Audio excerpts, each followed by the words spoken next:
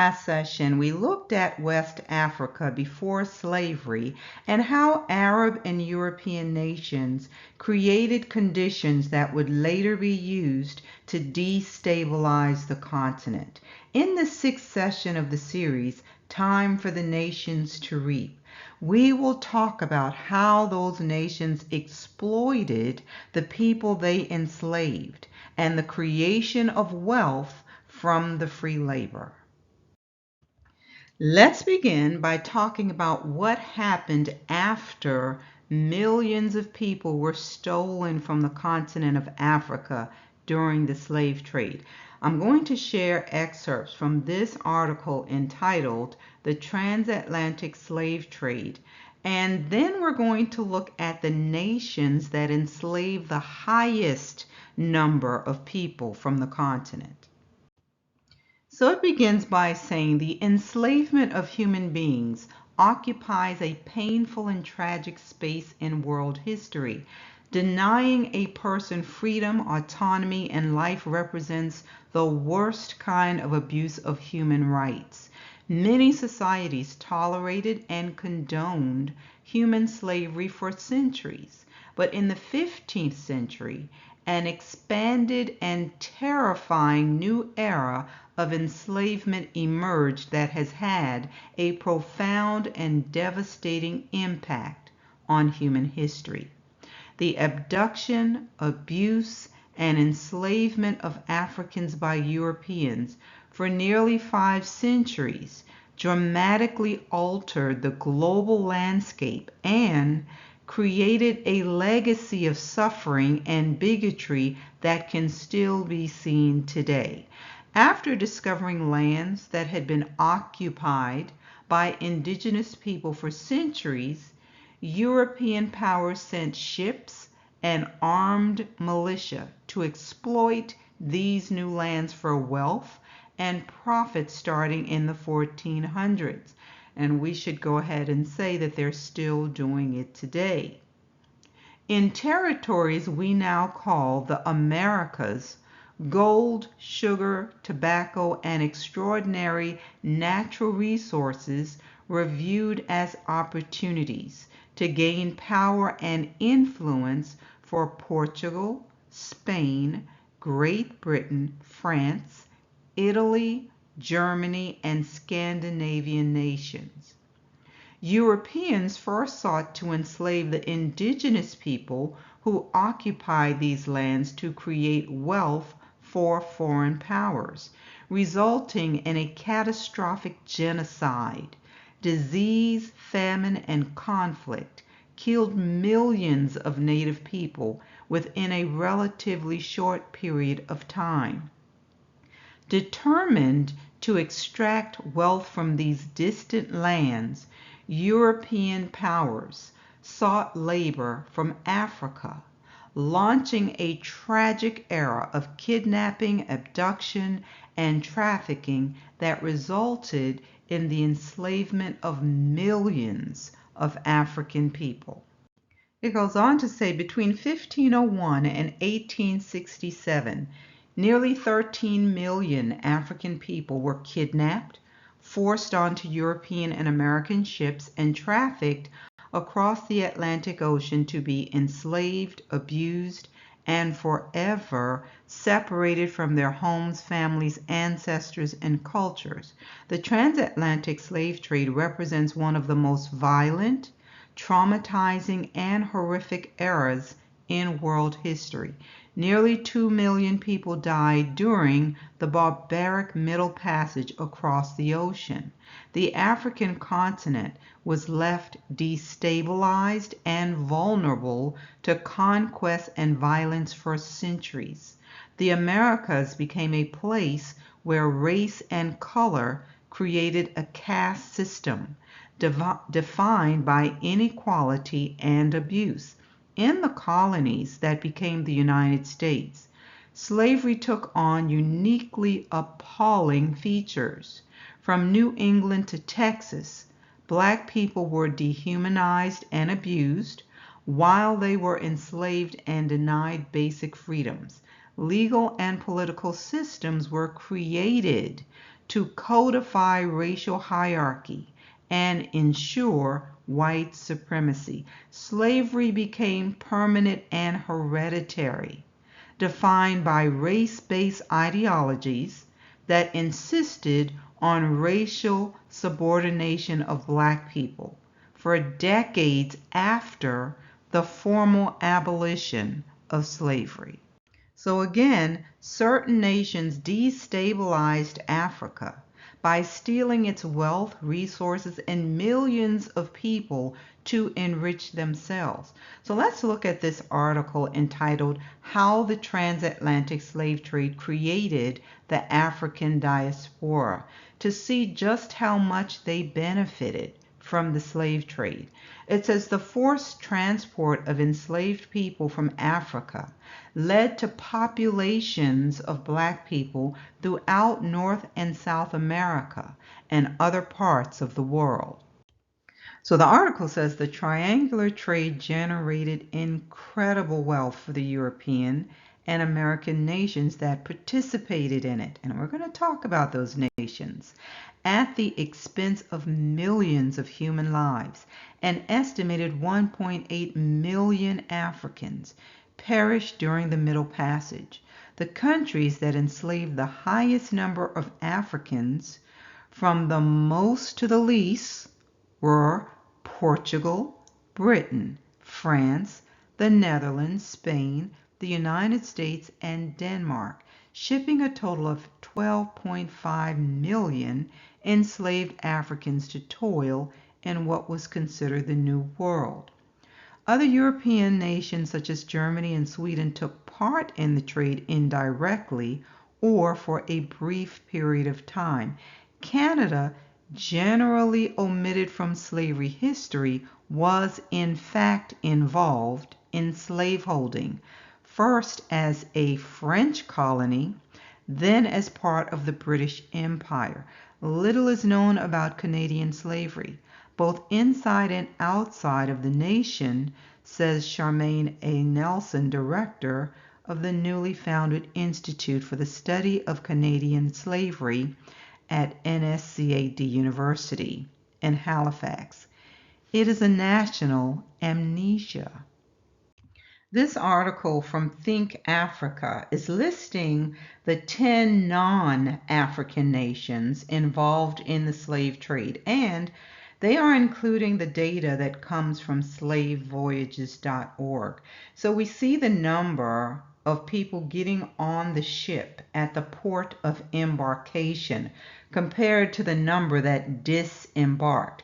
So it says many countries from Europe, Asia Minor, and America were involved in the slave trade, transporting Africans against their will from Africa to their own countries or colonies to profit from their resale or value in use. In the following table, the estimates of the numbers of people transported, the flags of the carriers, and their destination is given. So based on the information, out of 12.5 million people forced to get on slave ships, 1.8 million didn't survive the journey. Can you even wrap your brain around that? Now stop and think about the number that died on the way to the slave ship. Let's keep going. So I want to look at these 10 non-African nations that were involved in the order that was given in this article and then give a summary of their involvement. In the upcoming sessions, I'm going to focus on each nation separately, beginning with Portugal, since that's the nation that got it all started. So I want you to think about why I'm highlighting all of them. And again, we're not forgetting about those Arab nations.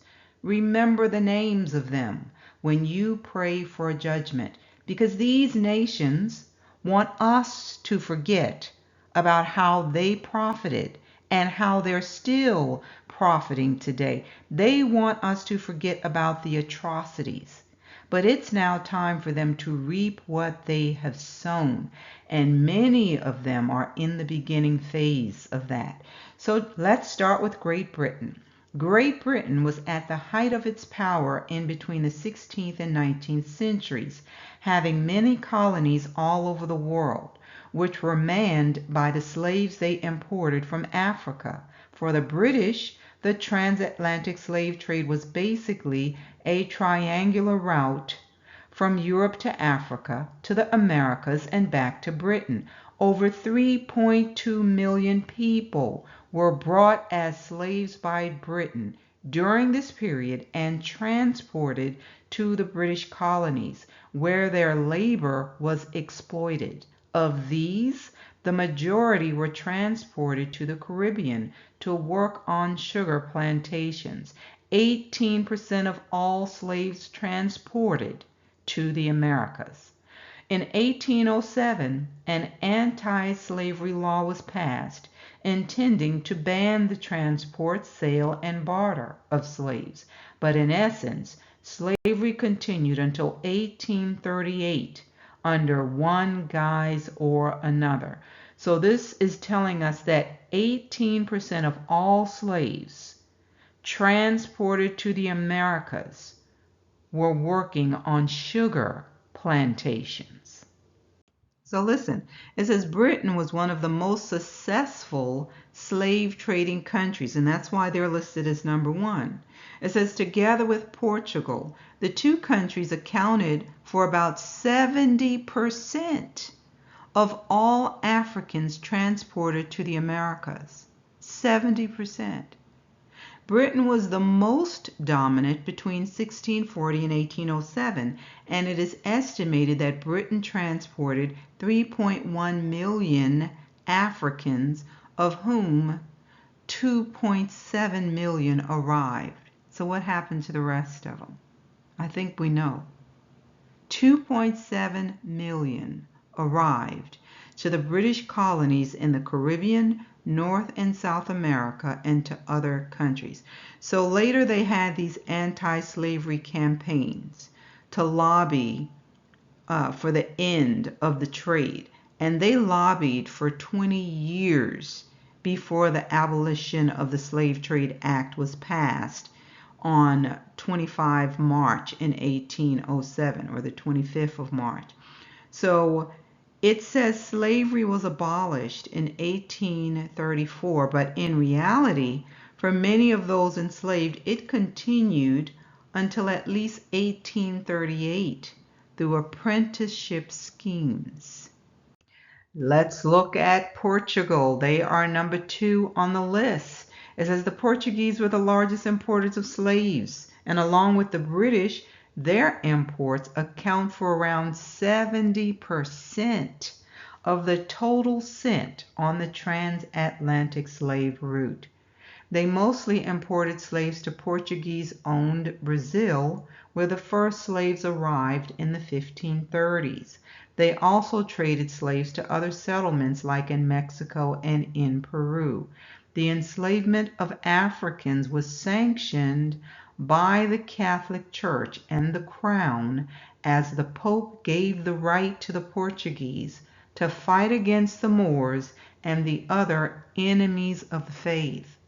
Thus, the Portuguese waged war and colonized many parts of Africa, and in this way imported many slaves back to their nation. Number 3 on the list is Spain. It says Spain began to participate in the transatlantic slave trade in the 15th century and imported 1 million slaves in total, with the majority of those imported in the 16th century. Pope Nicholas V gave power to Christian nations to enslave anyone who was not a Christian. And let me remind you that at that time, a Christian was any white European. It was specific to white Europeans.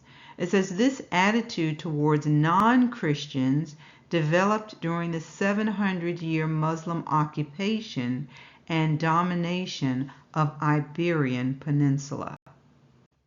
Number 4 on the list is France. It says the French claim that there are no slaves in France. This is not true. While the French had various laws over the years, that prevented many slaves from being enslaved in France, the French imported slaves to their colonies in the Caribbean in great numbers, with over 1 million Africans forced into slavery in the colonies in the French Caribbean alone, with large numbers also imported to colonies in North America such as New France. As slavery was not legalized in France, French traders imported slaves directly from Africa to the Americas. It was only in 1848 that the French finally abolished all slavery in both the Republic and also in the colonies of France. But we know that they may have ended it on paper, but they still continued with their colonization practices, which is why we see what's going on in Niger today. Let's keep going. Number 5 on the list is Denmark. It says the Dano-Norwegian realm took part in the transatlantic slave trade from around 1671, importing slaves over to the Danish West Indies. By 1778, the Danish were importing 3,000 Africans every year and forcing them into slavery to work on the sugar plantations in the Caribbean. On the 1st of January 1803, the Danish law to outlaw practice of the slave trade came into effect, but that did not free those who were already enslaved. It was only after a revolt in the Danish West Indies by those who were enslaved that all unfree were freed from slavery. Now let's look at the Netherlands. They're number 6 on the list. The Dutch involvement in the slave trade mainly spans to the 17th to the 19th century. The Dutch had a number of outposts on what was called the Slave Coast, which is located in present-day Ghana, Benin, Togo, and Nigeria. The primary purpose of these trading posts were to provide slaves to the Americas. Initially, they traded slaves to northern Brazil. However, with time, they controlled the slave trade to their colonies in the America as well. Over 500,000 people were enslaved and traded by Dutch trading posts. Brazil is 7th on the list. It says the slave trade began in Brazil when they were a Portuguese colony. The first slaves arrived in 1533, when 17 slaves were imported into Brazil. By the time Brazil gained their independence in 1822, slaves worked on many plantations, with over 4 million slaves having been sent to Brazil in that time period. However, independence did not end the slave trade. Wealthy plantation owners continued to buy and sell slaves, and in 1872, 15% of the population of Brazil were slaves. In 1888, slavery was finally abolished via the Golden Act, but over 4 million slaves had been imported to Brazil, over 40% of the transatlantic slave trade. So we have the United States at number 8. It says the first slaves were imported to Africa by Spanish traders. However, the main bulk of slaves were imported into America by the British. After independence, listen, the U.S. Constitution did not ban slavery, although some northern states banned slavery in the years following it. Listen, the Constitution barred the federal government from banning the import of slaves for the next 20 years. The southern states did not abolish the import of slavery or the import of slaves and slavery till 1805, and 220,000 slaves were imported to the U.S. after independence, mostly via Spanish Florida. Around 600,000 slaves in total were imported to America before slavery was abolished. Now, when you look at that number, some would be tempted to say, well, see, the United States imported far less than the other nations. But let's not forget that the United States found a way to significantly increase the number of enslaved people by breeding them like animals. We'll get there. Let's keep going. Next, we have Sweden at number 9. The Swedish also took part in the slave trade of Africans in the 17th and 18th century. In 1650, they established trading posts on the Swedish Gold Coast, which is in present-day Ghana. Later, they raided for slaves in Africa and transported the captured Africans to work in the Caribbean on plantations. St. Barthélemy, a Swedish colony, served as a duty-free port and was a major destination for slave ships. Not only were Swedish slaves transported through the port, but also other foreign powers used the port and paid export tax to ship them out to their colonies.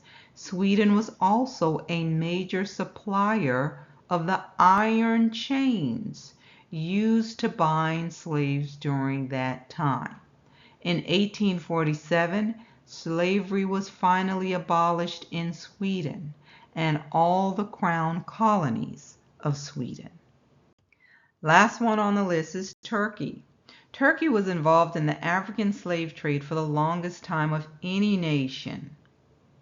The Byzantine and the Sasanian Empire both imported slaves captured from Ethiopia. After the 1st century, African slaves were constantly imported from Africa to parts of Turkey by these empires. Slavery continued in Turkey under the Ottoman Empire, where slaves were captured in wars and organized slave raid expeditions to Africa to capture slaves. 2.5 million slaves were imported just between 1453 and 1700, according to Ottoman customs records. Bantu men and women were captured as slaves for use on plantations and in domestic households. While Turkey signed a deal to stop the slave trade in 1890, slavery only explicitly ended as late as 1964, when legislation was adopted to end slavery. The nations involved in the slave trade benefited enormously, and they saw significant increases in their economy as they all but destroyed the economy of the nations in Africa. They are still reeling from the economic harm.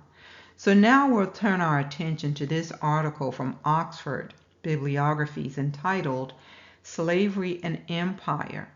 We're going to dig a little deeper into this very uncomfortable fact that a lot of Europeans hate to acknowledge, and that is that free labor built their economies. So this article begins by saying slavery and empire are two concepts that are intimately connected in the Atlantic world. From the first moments of Spanish discovery and subsequent settlement of the Americas, slavery played a crucial role in the development of European colonies. Both imported African slaves and Native American captives toiled on European plantations, spent hours of back-breaking labor in the darkness of European mines, and carved out new lives for their white masters under inhumane conditions. The most powerful European empires of the modern world were born from this form of coerced labor. Now, we all know that that should say forced labor. It says, the Spanish dominated both hemispheres after Columbus's discovery and were followed by England and later Great Britain, France, Portugal, the Netherlands, and others. Even before the discovery of the Americas, African slaves were brought to Europe via the Atlantic slave trade, starting in 1441. That institution, which caused misery for so many, ended only in 1888, when Brazil finally abolished slavery.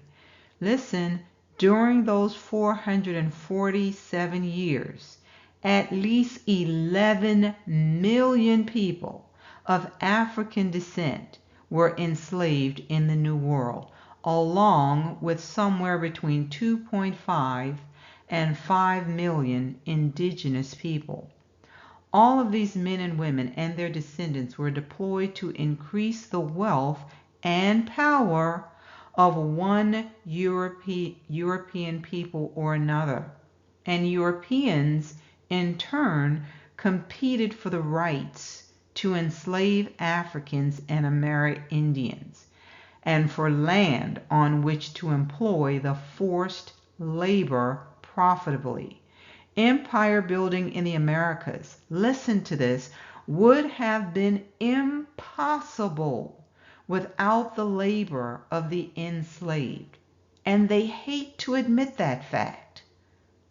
It says Europe's preeminent position in the world, its industrial revolutions, and its eventual colonial expansion were all fueled by slave labor.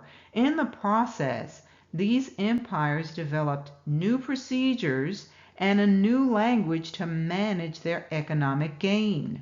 Europeans increasingly defined whiteness as good, as Christian, as free, as superior. Blackness, in turn, meant heathen, inherently unequal, unfree, and enslavable. Slavery became race-based, which allowed Europeans to continuously exploit African and Amerindian labor without feeling the guilt of human misery weighing on their consciences. This article from PBS NewsHour will add even more information. It's entitled How the West Got Rich and Modern Capitalism Was Born. So this was written by Sven Beckert, and I'm sharing this because we need to understand that the world benefited from our labor. It wasn't just the nations that participated in the slave trade. This says by 1831, million Americans, most of them enslaved, grew cotton. Raw cotton was the most important export of the United States, at the center of America's financial flows and emerging modern business practices, and at the core of its first modern manufacturing industry. So listen to this quote from John Brown, a fugitive slave. He wrote this in 1854. He says, when the price of cotton rises in the English market, the poor slaves immediately feel the effects, for they are harder driven and the whip is kept more constantly going. The article goes on to say, just as cotton and with its slavery became key to the U.S. economy, it also moved to the center of the world economy and its most consequential transformations. And they are the creation of a globally interconnected economy, the Industrial Revolution, the rapid spread of capitalist social relations in many parts of the world, and the Great Divergence. So what is that? It's the moment when a few parts of the world became quite suddenly much richer than every other part. So it says, the humble fiber, speaking of cotton, transformed into yarn and cloth, stood at the center of the emergence of the industrial capitalism that is so familiar to us today. Our modern world originates in the cotton factories, cotton ports, and cotton plantations of the 18th and 19th centuries. The United States was just one nexus in a much larger story that connected artisans in India, European manufacturers, and in the Americas, African slaves and land-grabbing settlers. It was those connections over often vast distances that created an empire of cotton, and with it, modern capitalism. Continuing on, to understand American slavery, it is not enough to just look at the United States itself. We need to broaden our view to the world at large and to the history of global capitalism as it unfolded over several centuries. To understand American slavery, we need to analyze the relative strength of social and political structures in places such as the 18th century Ottoman Empire and 1840s Western India. To understand capitalism's relationship to slavery, we need to see the control of cultivators in Africa over their land and labor, as well as the transformations of the Indian countryside, the institutional structures of capitalism in Britain, and the state structures of Egypt. When we apply that global perspective, we develop a new appreciation for the centrality of slavery in the United States and elsewhere in the emergence of modern capitalism. We can also comprehend how that dependence on slavery was eventually overcome later in the 19th century.